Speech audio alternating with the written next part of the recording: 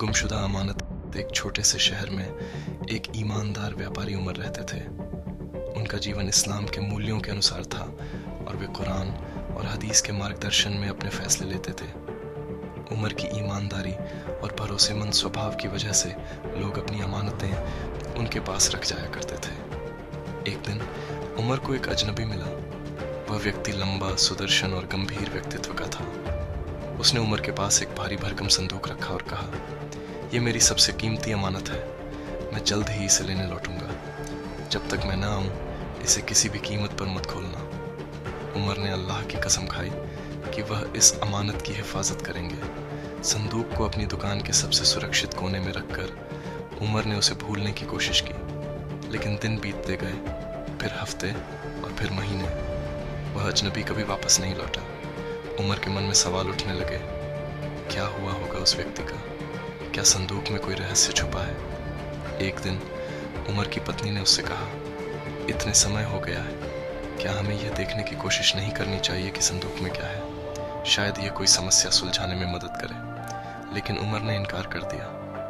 नहीं, अल्लाह कहता है कि अमानत की हिफाजत करना हमारी जिम्मेदारी है, और रसूल सल्लल्लाहु अलैहि वसल्लम ने कहा है कि जो अमानत में खयानत करता है वह मुनाफिक है।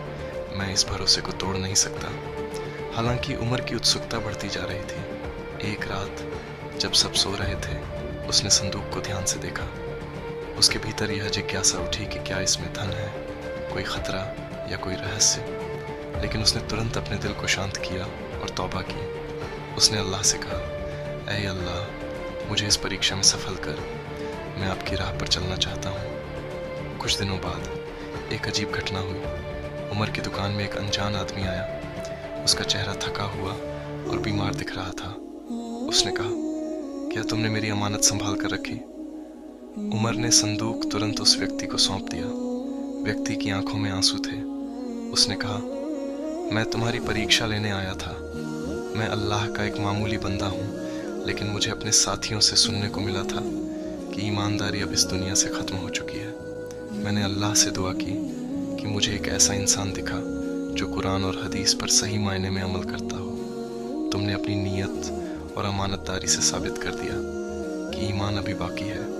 उसने संदूक खोला और उसमें सोने, चांदी और कीमती सामान भरा हुआ था। उसने कहा, यह सब तुम्हारे लिए है। यह तुम्हारे सब्र और ईमानदारी का इनाम है। लेकिन उमर ने विनम्रता से इनाम लेने से मना कर दिया। मुझे केवल अल्लाह की रज़ा चाहिए। मेरा काम केवल अमानत की हिफाजत करना था। उस व्यक्ति ने उमर को दुआ दी और चला गया। लेकिन उमर के इस ईमानदारी के किस्से ने पूरे शहर को हिला दिया। लोग उसकी तारीफ करते नहीं थकते थे, और यह सबक पूरे शहर में फैल गया कि अल्लाह पर भरोसा और कुरान व हदीस का पालन ही सच्चा रास्ता है।